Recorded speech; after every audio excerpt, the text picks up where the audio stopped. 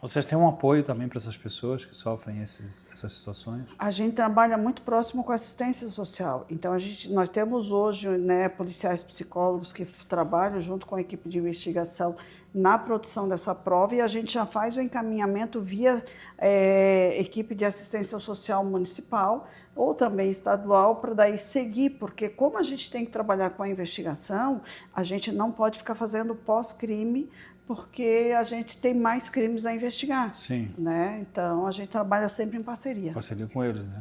E provavelmente são coisas separadas, porque tem as crianças e os contínuos, né? As crianças são muito mais complexas. E né? a gente tem que continuar, porque sempre tem um caso novo para seguir.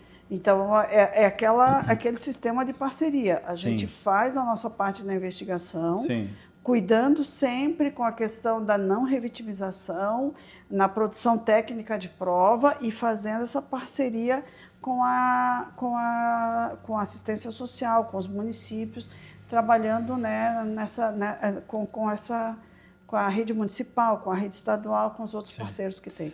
Eu vou falar aqui, né, mas eu acredito que a doutora já vai retificar sobre isso aí. Essas pessoas que passam sozinhas nas trilhas, cuidado, mulheres principalmente, de irem sozinhas na trilha. Principalmente essas restingas fechadas, né? Vocês estão dando oportunidade a esse tipo de pessoa, né? Então, tomar muito cuidado com isso. Lembra da porta da casa aberta? Exatamente. A gente não fecha a porta? Quando vai por esse caminho, vai com uma amiga. Eu não vou sozinha. Eu não passo sozinha. Ah, delegada, você tem direito a portar uma arma, você anda armada? Eu tenho. Mas eu evito sozinha. Então, a gente fala em não dar sorte para o azar, é não dar sorte para o azar. Então, todo cuidado, ele nunca é demais. Né? A gente tem que ter o cuidado. Florianópolis é uma cidade tranquila, mas eu acho que quando a gente fala em cuidado com o próprio corpo, nunca é demais a gente ter esse cuidado. E lembrando que são dois gêneros diferentes, né? Por mais que a mulher consiga algumas vezes dominar, na grande maioria ela é dominada pelo homem, né? Então tem que tomar muito cuidado em relação a isso. Doutora, quais são os direitos legais das vítimas de assédio e como podemos apoiá-las no processo legal, se necessário? Bom, quando a gente fala a vítima do assédio sexual, né, se for servidora pública, ela é concursada, então ela já tem uma garantia que é do concurso público.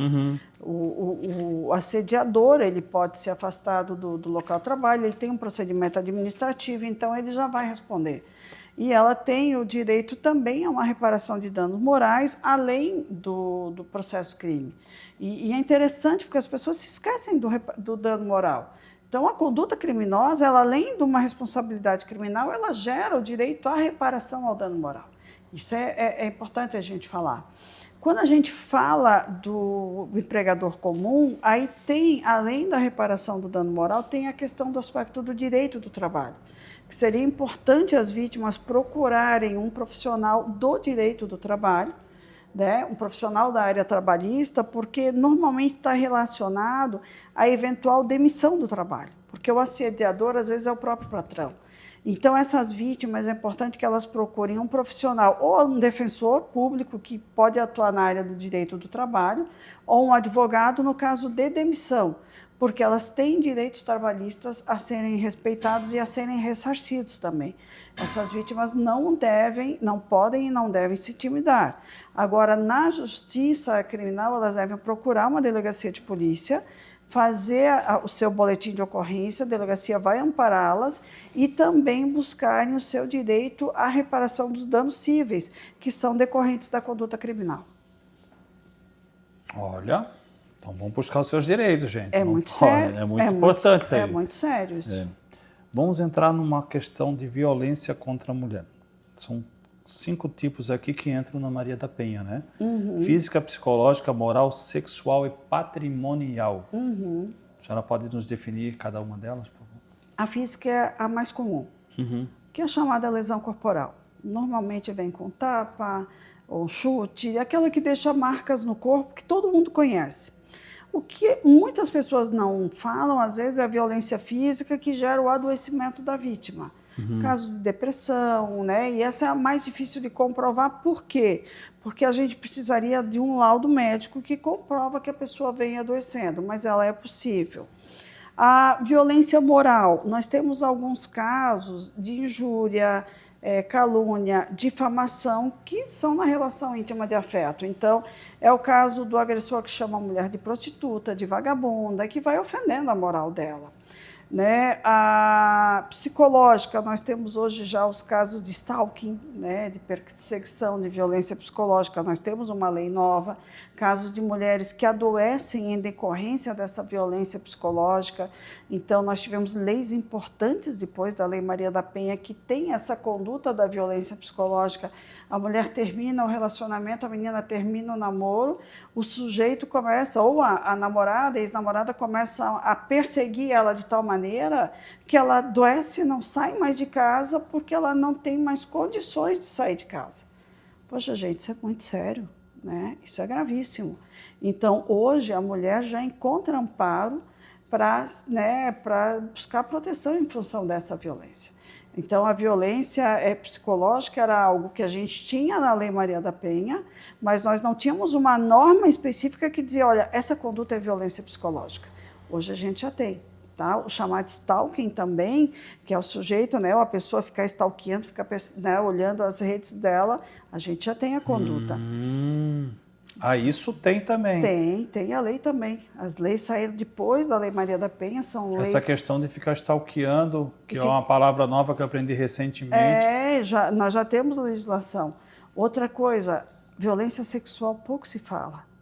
Quem disse que casamento é obrigatoriedade de manter relação sexual? Não existe, nem para mulher e nem para homem.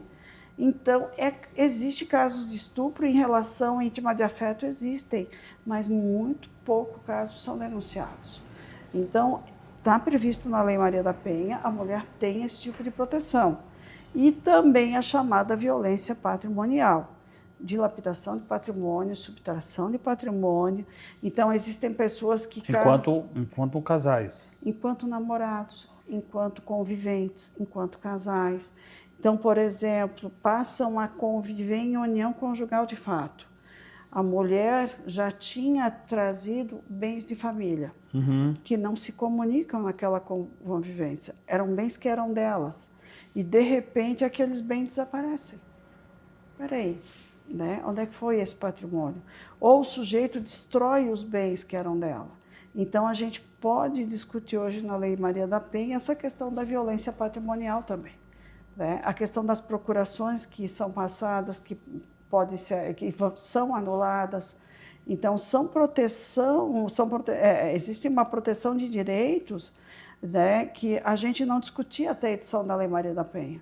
Então, hoje a Lei Maria da Penha, ela vem proteger uma série de ramos de direito da mulher para que ela tenha condições de recomeçar a vida. Não é só agressão física, agressão psicológica, agressão moral, agressão sexual, agressão patrimonial.